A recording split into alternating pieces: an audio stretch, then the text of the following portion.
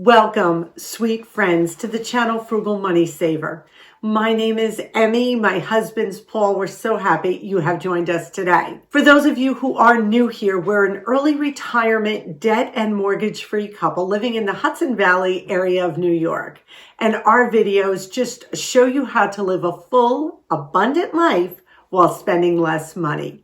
So let's get right to today's video. You think you want more money in 2025, and we're going to show you ways to have more money in 2025. Now, some people take the route of taking on a second job, which is wonderful. I know a lot of people take a second part-time job. People create things and sell them on Etsy to make money, sell items on Marketplace or eBay. There are multiple ways to earn more money if that's the route you choose. But we're going to show you today how to take the money you presently earn or have coming in and stretch it just a little bit further. So that's what our focus is on today. So let's get started right away. Number one, the first thing we really want to encourage you to do is think of consumerism as a bad idea. It's just not a great concept. Let me read you the actual definition of consumerism. Consumerism is the idea that the excessive consumption of goods and services is a desirable goal and that it is essential for a person's well-being. Really? Okay, we want to take that concept and say, no, that's not for us. Having more possessions is not the road to happiness. It hurts the environment. It hurts our pocketbooks. It hurts our long-term goals. Consumerism also creates a false sense of happiness, and that happiness will last for a little while, and then guess what? You have to buy something else to feel that happiness again. So the first thing we're going to do is say no to consumerism and no to the idea that those with the most possessions at the end win, because that is absolutely not the truth. Number two, do you want more money? Stop living someone else's life. The people that you look at and try to emulate as far as having what they have, wanting what they have, you may not be making the money they have. You may not have the values they have. What you need to do is be true to your authentic self. Stop trying to compete. Stop trying to compare. Once you truly stop looking at what everyone else has and focus on what you have, because truthfully, we all have so much. We won't be buying things we don't need or we truly don't want. You have to be true to you and your authentic self and figure out what it is you truly want. Number three, along those lines, you need to realize and identify, what do you want more money for? You're coming here looking for ways to have more money. What do you want that money for? Paul and I wanted to retire early, so we made sure we saved a lot of extra money. We want to go on vacations, so we cut back in other areas to put the money towards that. We want a hefty amount of money in the bank for those just in case moments. Those are our wants. And once you identify your wants, that's where your money needs to go. That's where you need to start funneling your income. The first step towards that is making a realistic budget. Seeing how much money you have coming in and how much has to go out. When you are true to your authentic self, you're going to figure out what it is that you want that extra money for and start heading toward that goal. Number four, you need to learn to be accountable for what you're actually spending your money on. In other words, you really need to track your spending. Every single penny that you put out, has got to be tracked and accountable for. And then you're going to look at that list and say, I didn't need this coffee out at $6. I didn't need that McDonald's drive-through out at $15. I didn't need to go out for appetizers and drinks for $54.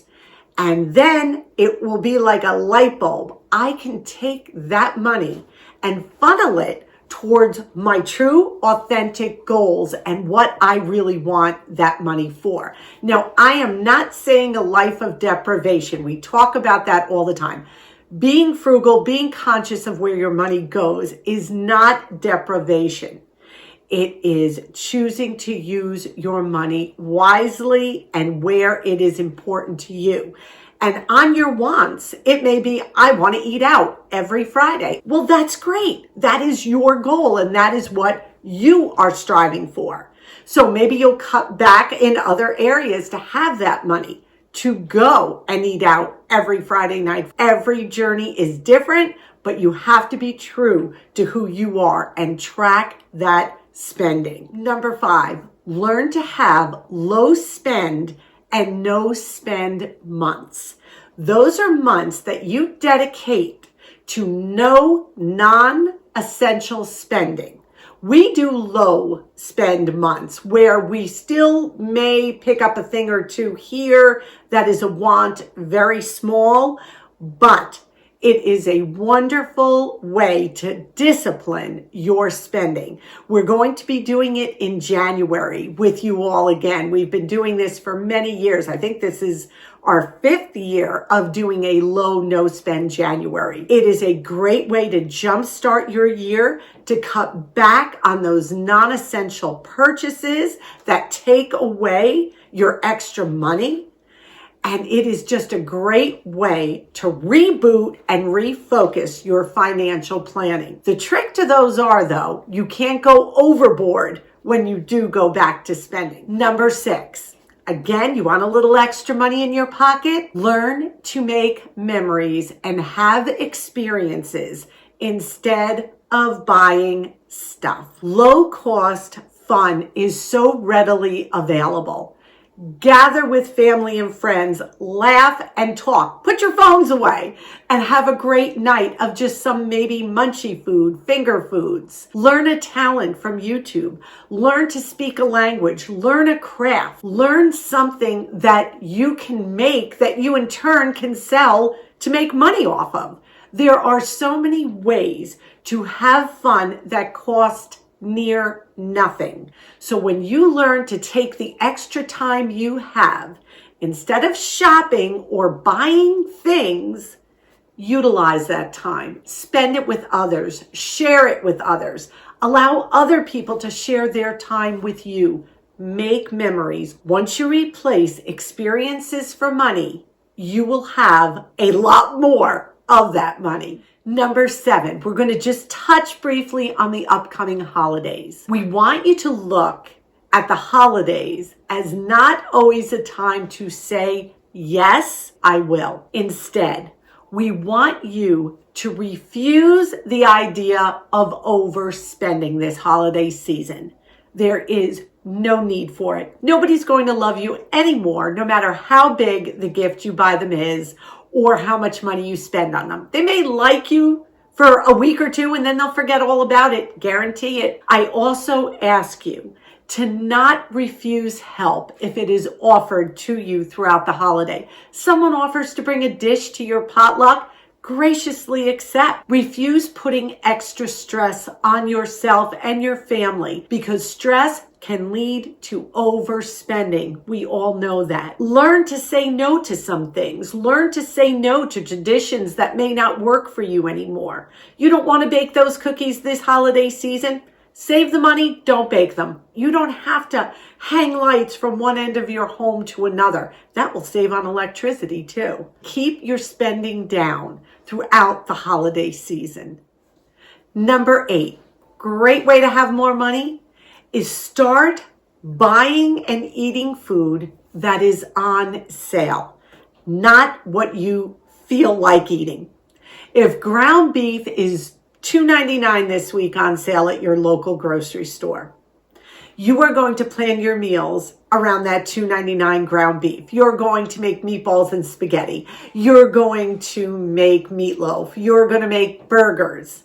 And then you're going to buy extra and put it away. Why? Because the next time you do crave that burger, you've got $2.99 a pound ground beef in your freezer, and you're not going to have to run to the store and pay $5.99. That goes for fruits and vegetables as well. Eat seasonally. Eat what is on sale. Food shopping can become very expensive if you go into a store and buy just everything that looks appealing or that you're in the mood for. That's why they always tell you never go food shopping hungry, because everything in that store will look delicious. What you need to do, look at your flyer, load digital coupons, and buy what is on sale and plan your meals around those items. But there is a but. Do not buy items on sale that you don't eat or you won't use just because they are on sale. That's a great money waster.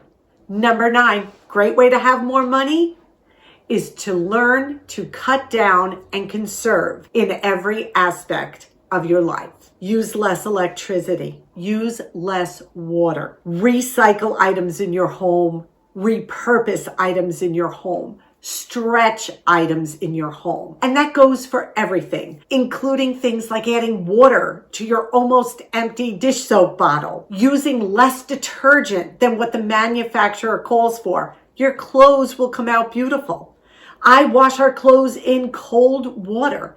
Use less dryer time. Hang your wet clothing if you're able within the home on drying racks. Cut back. There are always ways to cut back. You just need to find them and then implement them.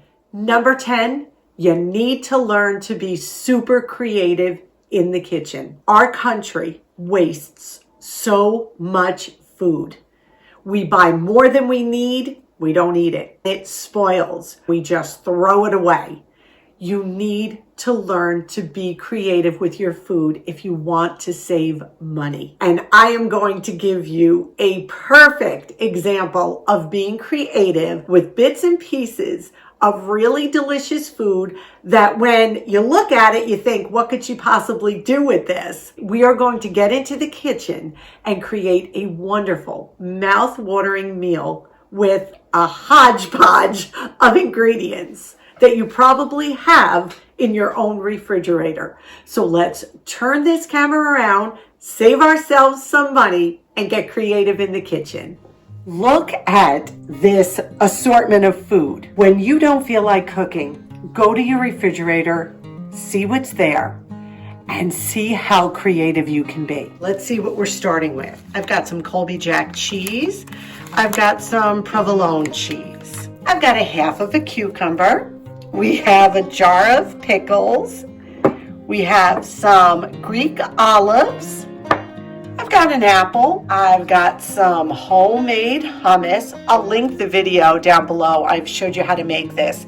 This hummus is beyond. You'll never buy store-bought again. I have 2 cuties. I have our favorite sauteed broccoli rabe. We made it the other day. We have leftovers. I've got a banana, and I have got the ever humble sourdough bread. Let's see what we can do with this food here to make a complete and delicious dinner. I love when Paul works with me in the kitchen. I turn my back and this is what I come back to.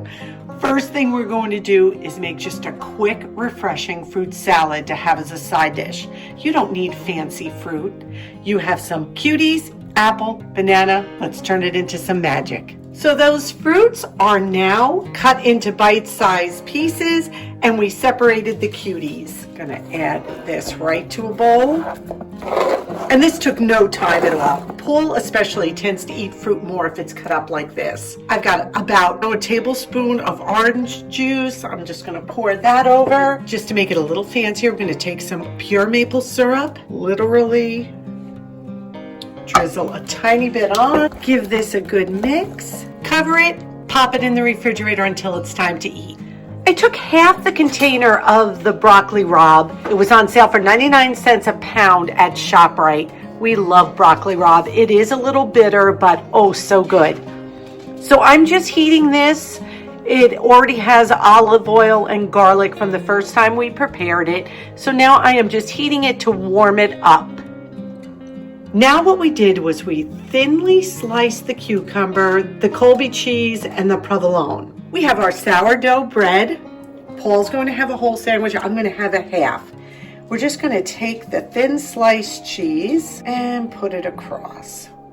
And we'll put a little provolone in there too, fill up the gaps. I'm just going to stick this under the broiler for a minute.